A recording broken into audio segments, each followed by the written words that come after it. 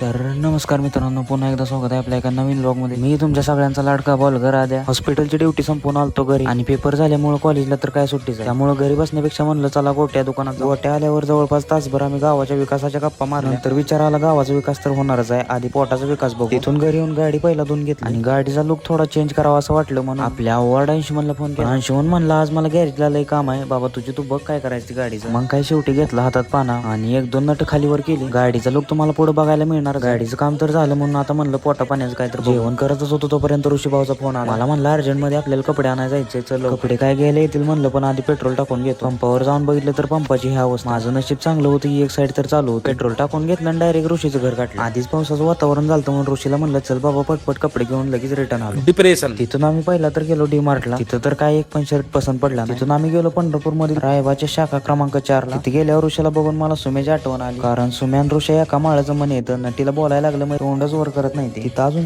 चाळून 2 shirt select केलं आणि त्याच्या मॅचिंग पॅन्ट घ्यायला डबल डी-मार्टला गेलो. शेवटी एकदाची सगळी कपडे घेतली आणि तिथून डायरेक्ट विठ्ठल मंदिर गाठलं. पांडुरंगाचं दर्शन वगैरे घेतलं. सकाळपासून हिंडून भुका पण लय लागलेल्या. ऋषीला म्हणलं आपल्याला पोटा पाण्याचं काहीतरी बघायला लागतंय आणि त्यात भूक लागल्यावर मला एकतर काय सुचत नाही, म्हणून मग लावला मॅप आणि पोहोचलो पंढरपूर मधलं फेमस आदमिले फूड. खायला चालू करणार तेवढ्यात ऋषीचा स्नॅपचा किडा वळवळ करायला लागला. पावसाचं वातावरण झालं त्यामुळे पटापट आवरलं आणि निघालो घराच्या दिशेने. तर बाय बाय पब्लिक, भेटूया पुढच्या ब्लॉग मध्ये.